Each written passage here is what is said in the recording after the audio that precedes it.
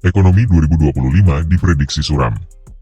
Kenaikan tarif PPN hingga 12%, bunga pinjaman yang sulit turun, dan likuiditas makin ketat, menjadi kabar buruk bagi kita semua. Tapi jangan panik dulu. Ada jurus ampuh yang bisa kita terapkan untuk bertahan di tengah situasi ini, yaitu frugal living. Di video ini, kita akan bahas strategi lengkap untuk mengelola keuangan, menghindari kesalahan investasi, dan tetap optimis menghadapi masa depan. Kenaikan tarif PPN menjadi 12% akan langsung berdampak pada harga kebutuhan sehari-hari. Bukan hanya itu, kebijakan moneter restriktif dari Bank Indonesia juga membuat bunga pinjaman tetap tinggi, menyulitkan masyarakat untuk mendapatkan kredit murah.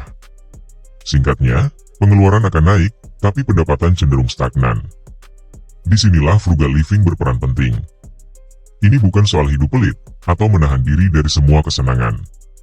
Sebaliknya, frugal living adalah tentang mengelola keuangan dengan cerdas, memprioritaskan kebutuhan, dan memaksimalkan setiap rupiah, agar tetap bisa memenuhi tujuan jangka panjang. Kunci utama frugal living adalah wise spending. Artinya, kita harus bisa memisahkan pengeluaran berdasarkan prioritas. Pengeluaran wajib, seperti cicilan rumah, BPJS, dan listrik, harus didahulukan. Kemudian, fokus pada kebutuhan primer seperti belanja dapur dan utilitas. Kalau itu semua sudah aman, baru pertimbangkan pengeluaran untuk gaya hidup. Bicara soal gaya hidup, ini sering jadi sumber pengeluaran tidak perlu. Misalnya, apakah sobat benar-benar butuh 3 layanan streaming? Kurangi, jadi 1 saja. Langganan game? Ganti dengan olahraga di rumah atau jogging di taman. Hal kecil seperti ini bisa membantu sobat mengurangi beban keuangan. Sering dengar istilah latte factor?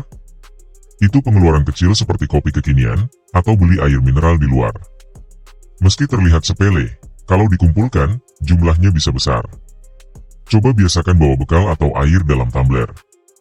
Selain hemat, ini juga ramah lingkungan. Biaya transportasi juga sering membengkak tanpa disadari. Jika sobat tinggal di kota besar, manfaatkan transportasi publik yang kini lebih nyaman. Atau, berlangganan paket diskon untuk ojek online, jika memang masih perlu menggunakan jasa tersebut. Rencana seperti renovasi rumah, upgrade ponsel, atau beli kendaraan baru sebaiknya ditunda dulu. Jika barang tersebut tidak mendukung produktivitas sobat secara langsung, lebih baik tahan, hingga kondisi ekonomi lebih stabil. Komitmen besar seperti kredit rumah atau pinjaman usaha juga perlu dipertimbangkan matang-matang. Dalam situasi ekonomi yang tidak pasti, mengambil risiko besar bisa menjadi langkah yang berbahaya, kecuali sobat yakin mampu mengelolanya. Dana darurat adalah sekoci keuangan sobat. Idealnya, alokasikan hingga 30% pendapatan ke dalam dana darurat. Sobat bisa menyimpannya di instrumen likuid seperti tabungan, reksadana pasar uang, atau emas digital, untuk memastikan akses cepat saat dibutuhkan. Selain dana darurat, persiapkan juga future spending, seperti biaya pendidikan anak atau dana pensiun. Ini penting untuk memastikan kebutuhan jangka panjang sobat tetap terpenuhi, tanpa harus mengorbankan keamanan finansial saat ini.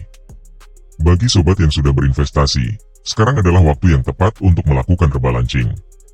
Kurangi alokasi pada aset berisiko tinggi, seperti saham, jika target penggunaannya sudah dekat. Alihkan ke instrumen berisiko rendah seperti obligasi atau deposito. Banyak yang tergiur membeli aset dengan harapan untung besar dalam waktu singkat. Ini kesalahan umum.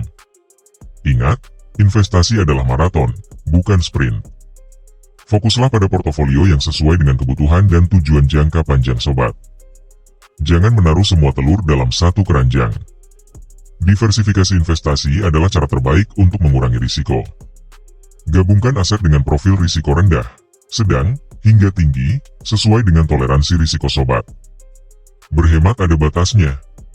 Kalau pengeluaran sudah ditekan maksimal tapi masih kurang, saatnya mencari side hustle. Mulai dari jadi content writer, affiliate marketer, hingga bekerja sebagai virtual assistant bisa menjadi sumber penghasilan tambahan.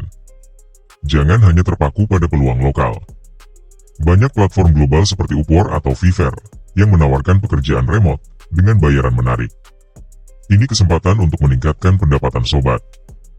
Semakin banyak sobat belajar, semakin baik keputusan finansial yang bisa sobat ambil.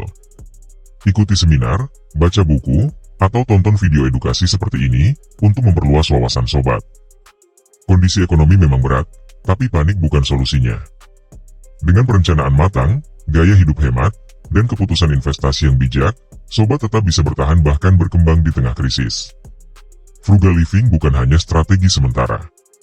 Jadikan ini gaya hidup yang berkelanjutan untuk memastikan stabilitas finansial sobat di masa depan.